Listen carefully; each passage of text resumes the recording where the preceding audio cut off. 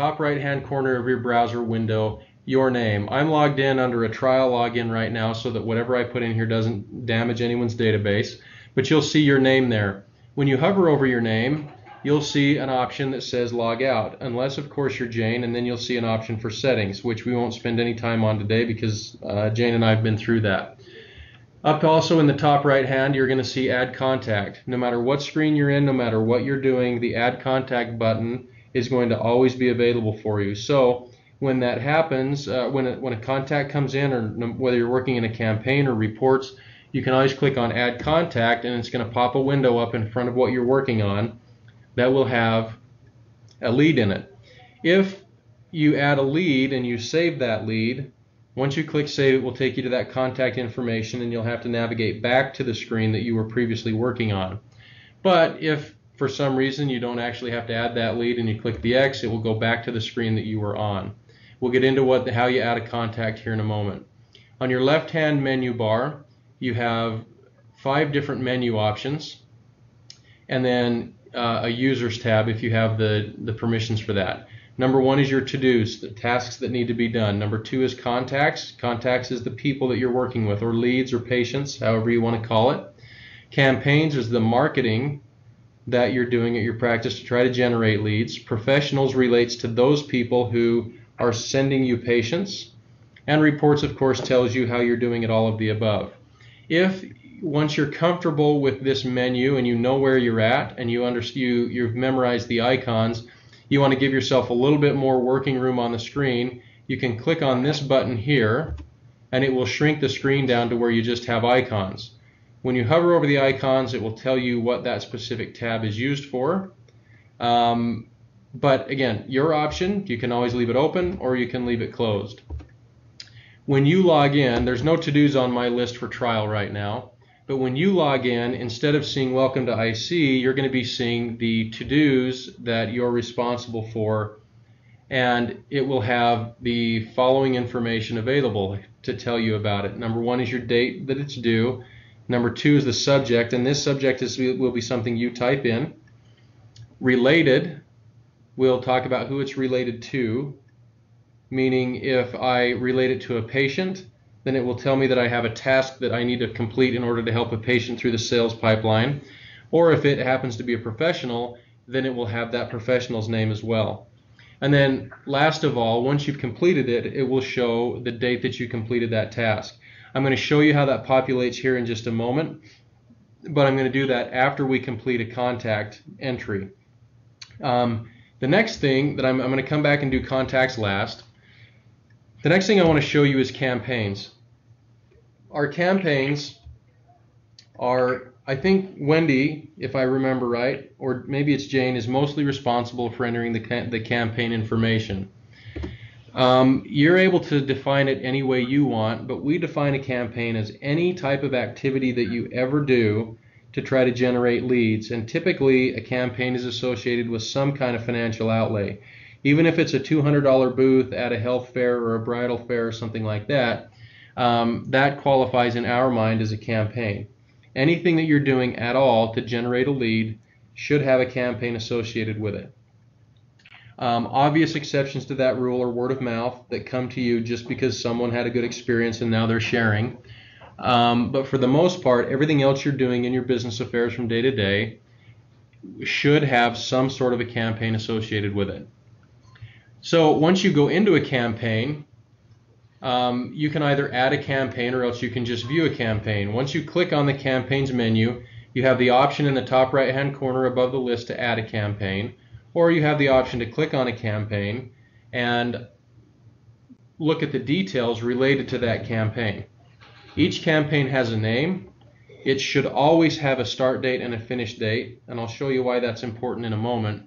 And it's a good idea to put what the budget for that campaign was, and we'll get into that in a little bit later. Mostly this is for Jane's purposes in identifying return on investment and the quality of any given campaign versus another.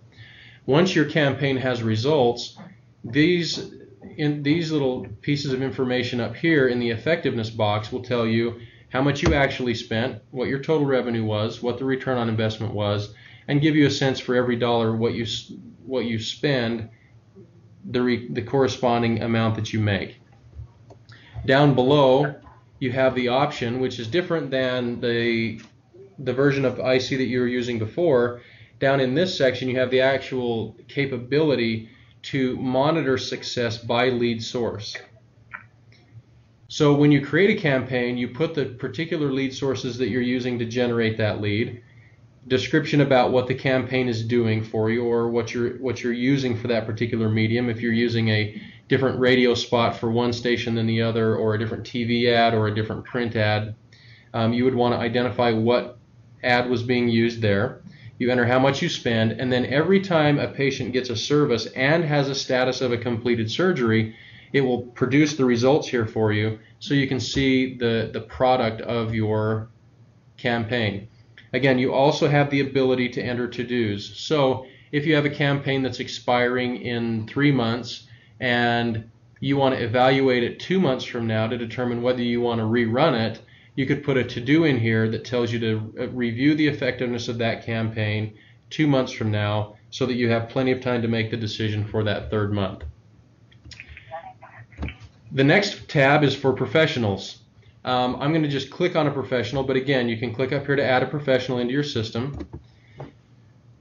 So you're going to find that the professional and the contact demographic information is almost identical. There's a couple of very important and key differences that I want to point out that I think are really cool, that will really help guide you in your relationships with your professionals. The first one is here. We have all their demographic information, but down here we have the ability to create tasks or to-dos, and also to create notes. And whenever you go to create a note, it puts this cool little sticky note up. Once you've typed your note and saved that note and updated this professional or the patient, let's go back to that tab. It will actually put a time and a date stamp on the note with the initials of the person who was logged in and created that note. You also have the ability to go in and add a to-do, like I said before. I'm not going to spend any time on it here because I'm going to show you how it works in Contacts, and it works identically in Contacts to how it works in Professionals. But the last thing about the Professionals, which is really cool, if you're doing an effective job of adding in your leads, then every patient that this doctor refers in will be listed in this table here. So as time goes on, you're going to be able to identify how many, and by name, the patients that professional returned into you or referred into you. Lastly is reports, and we have 3 major report categories now, but those reports can be turned into 25 different reports each, depending on how you choose date ranges, service categories, and service types. And we will have the access to be able to do it by person as well, so that you can drill it down by just your leads, just your patients, to identify with, number 1, how many leads are being created, number 2, how many of those leads are being captured. If, for example, you don't have any new data, it's going to tell you this based on your date range, which I'm not going to get too much into reports today. We'll probably follow up on that another day. But then your conversion proficiency will do the same thing. It'll tell you what percentage of patients are converting to a procedure. So the thing that matters the most in all of this is how effective you are at entering quality information in the contact screen. So hovering back up here to my button at the top of the screen, I click Add Contact. When I click Add Contact, the first thing that's going to ask in logical sequence for identifying the effectiveness of your organization in generating and converting leads is the lead source. So when you click on the drop-down button on lead source, and your version of this is different than mine, yours is customized specific to your practice, you'll have a full list of all the lead sources that you're currently employing to try to generate leads for your business. If, for example, I choose a lead source that is associated with a campaign, then it's going to automatically bring up this field, and it's going to ask you, it's going to prompt you to enter in the campaign that lead source is producing leads from. When I select that campaign, this patient, if they follow through a surgery, that campaign will now show, once they have a completed service and a surgery completed status, it will report the money that we made on that service for that campaign, in addition to just having it for that lead. The next step is to enter in what the patient is interested in. This doesn't necessarily mean that it's the service that they had, but it's a good way to identify what initially prompted that patient to call us. So I'm just going to choose iLASIK to start with. The next step is to indicate what their lead status is. Now this lead status list looks really short compared to what you were used to using, but that's by design. You will not see all of the lead statuses on this preliminary list because patients don't generally go from an inquiry to surgery on the same day. Typically they have to follow our process of a consult or a pre-op or both, and then on to surgery. So these status lists, as you see them as you move the patient through the pipeline, will be specific to the potential status of that lead during the sales cycle. So in this one, we're going to say we did a good job on the phone and we scheduled a consult. We're going to enter in all of their information, and I'm just going to put nonsense information in for a minute. We'll put in gender male, date of birth. We'll go 0101 20, well, let's go 2000. They'll be really young. We put in a street address.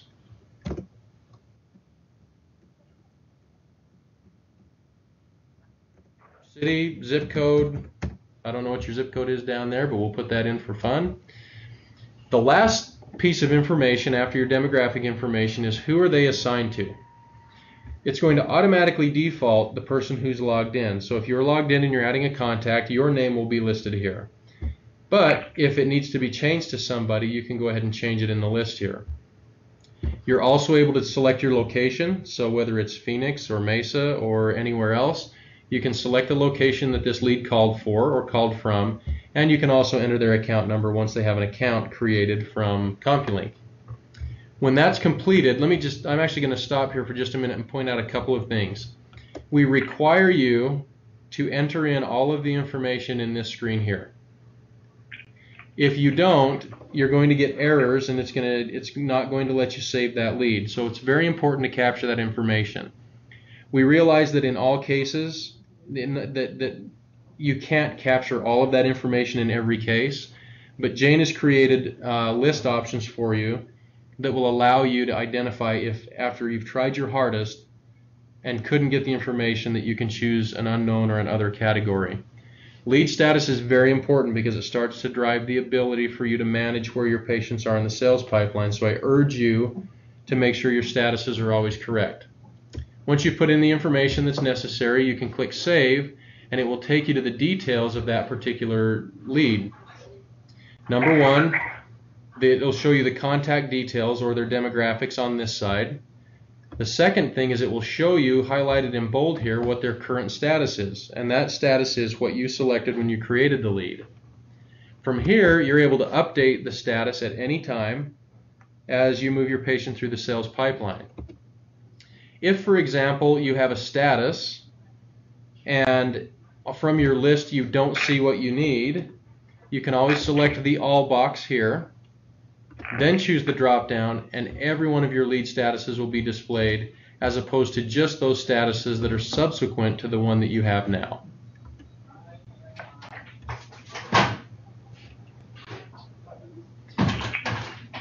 Also in the contact screen, you have three boxes. I've already shown you to-dos and I've shown you notes. Adding notes is identical to what we've done before. As I showed you before, you just create the sticky note and enter in the information on the note, and you're done. And once you refresh the screen, that will end up time and date stamping that lead. On to-dos, very, very simple process. All you have to do is enter the due date, enter your subject,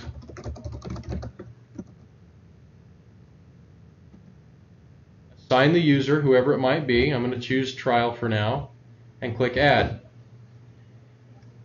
I want to highlight something really interesting and cool here. Now that I've created that task, The only thing I have to do to show that I've completed that task is click on that button when the time comes. But I'm not going to do that right now because I want to show you what it will look like on your screen when you log in.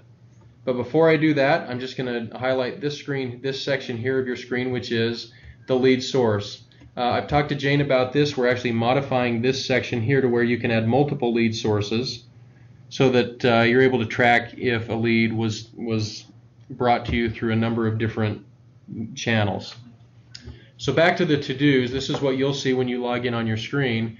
Now that I have that task in there and I have a due date, it's going to show up on my list of tasks. For now, because we want you to get used to using the program by connecting with the contact, if you click today here, it won't do anything.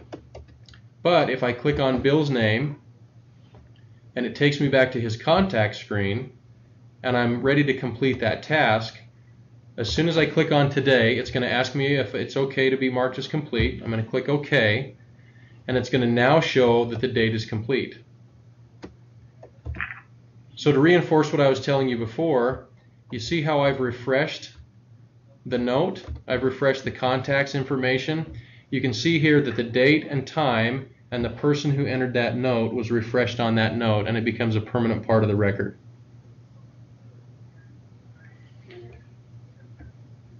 So that's a lot of information in a very brief time.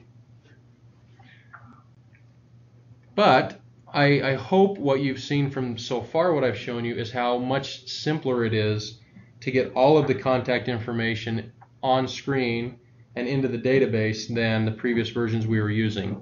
The last thing that I have to show you on contacts is services. Services are those surgeries or procedures that you're doing for your patients. To add a service, again, it's consistent with every other menu we have here. Click on Add. We select our service from the menu. In this case, I've put in a default fee amount of $400,000. We get a lot of money for our Relax up here in Vegas. Enter your date of service. Put in your service provider. Click Add, and now I have a service.